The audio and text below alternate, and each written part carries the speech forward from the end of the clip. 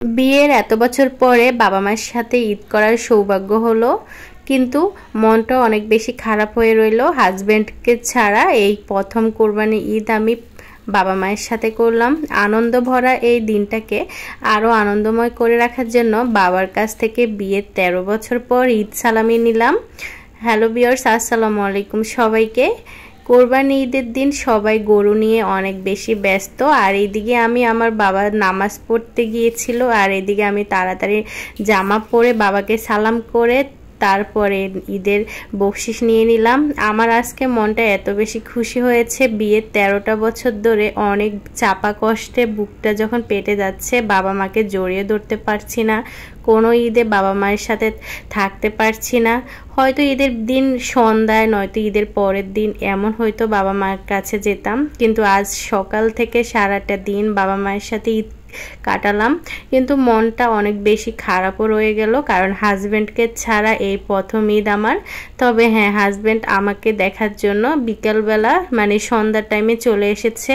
একটু শাড়ি পরে নিয়েছি, আবহাওয়াটা এতটা বেশি সুন্দর ছিল, না ছিল রোদ না ছিল বৃষ্টি, খুব সুন্দর একটা বাতাস ছিল। আর শাড়ি পরেছি, শাড়ি তো আমি একদম পরতেই পারি না, তারপরও যেভাবে হোক আমার ভাইয়ের মেয়ে আমাকে পরিয়ে দিয়েছে। তারপর ওকে নিয়ে একটু গাছতলায় দাঁড়িয়েছিলাম। কিছুক্ষণ আগে সে এসেছে, এসে পাঞ্জাবি চেঞ্জ করে গেঞ্জি পরে এখানে দাঁড়িয়ে রয়েছে, কারণ কারেন্ট তো একদম থাকে না, সেজন্য এই রাস্তায় একটু হাঁটাহাঁটি করছিলাম। গ্রামে গেলে এই জিনিসটাই সবচেয়ে বেশি ভালো লাগে, একটু হাঁটাহাঁটি করা যায়, গ্রামের পরিবেশ আসলে খুবই ভালো লাগার, মনোরম দৃশ্যগুলো দেখতেও খুব ভালো লাগে। এই ঈদের মধ্যে আমার মা তার জামাইকে কিভাবে আপ্যায়ন করবে সেই চিন্তায় তিনি ব্যস্ত।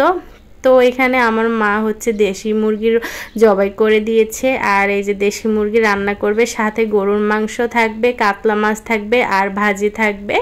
আমার হাজব্যান্ড বাড়ি গেলে একদম খেতে পারে না, তো এখানে এই যে দেশি মুরগি রান্না করেছে। ঘরের মধ্যে লাইটিংয়ের আলো একদম কম, তাই একদম ভিডিওগুলো খারাপ দেখা যাচ্ছে।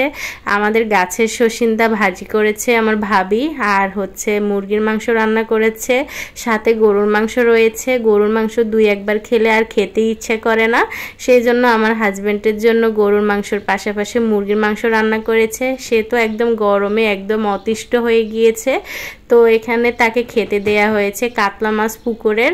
এই কাতলা মাছটা খেতে এত বেশি মজা লেগেছিল, পুকুরের মাছ খেতে যে কি মজা সেটা না খেলে একদম বলাই যাবে না। আর দেশি মুরগির ঝোল খেতে অনেক বেশি ভালো লাগছিল। এখানে আমি হাড্ডিগুলো নিয়েছি নিজে খাওয়ার জন্য, আর আমার হাজব্যান্ডকে রান এগুলো দিয়ে দিচ্ছিলাম। সে তো একদম খেতে পারছে না, তার খাওয়া যে কোথায় হারিয়ে যায়। বাসায় থাকলে রাত 12টা বাজেও বলে এটা রান্না করো ওটা রান্না করো, আর বাড়ি গেলে এত আয়োজনের মধ্যে সে খেতে পারে না। তো আমি এইদিকে তাকে খাবার খেতে দিয়ে, এখানে হচ্ছে গরুর মাংসের সাথে তার জন্য আলু দেওয়া হয়েছে, সে আলু পছন্দ করে, কিন্তু তারপরও সে খেতে পারেনি। যাই হোক, তাকে এগুলো খাবার দিয়ে তার জন্য ডাবের পানি লাগবে, ডাবের পানি খেতে এত বেশি পছন্দ করে। আমরা বাড়ি গেলে সচরাচর সারাদিন ডাবের পানি খেয়ে থাকি, অনেক বেশি ডাবের পানি খাওয়া হয়। আমার হাজব্যান্ড একটু ভাত খেতে না খেতে সে আর খেতে পারে না, বলে যে শুধু আমাকে ডাবের পানি খাওয়া, সেটাতেই আমার হবে। গাছ থেকে ডাবের পানি ডাব পাড়িয়ে তার জন্য শুধু ডাবের পানির ব্যবস্থা করা হচ্ছে। আমার ভাইয়ের ছেলে বোনের ছেলে সবাই মিলে তাকে ডাবের পানি খাওয়ার জন্য ডাব কেটে কেটে পাতিল তারপর হচ্ছে জগ ভর্তি করে তার সামনে দেয়, সে শুধু ডাবের পানি খেয়েই থাকে।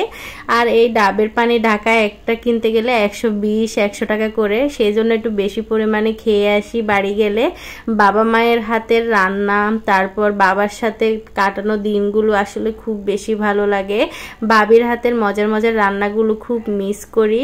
যাই হোক, সবাই অনেক বেশি ভালো থাকবেন, আর আপনাদের ঈদ কেমন কেটেছে অবশ্যই কমেন্ট করে জানাবেন। ডাবের পানি খাবেন, এই গরমের মধ্যে সুস্থ থাকবেন। যাই হোক, সবাইকে অনেক অনেক ধন্যবাদ। ভিডিওটি ভালো লাগলে অবশ্যই লাইক কমেন্ট শেয়ার করবেন। আল্লাহ হাফেজ সবাইকে, আসসালামু আলাইকুম।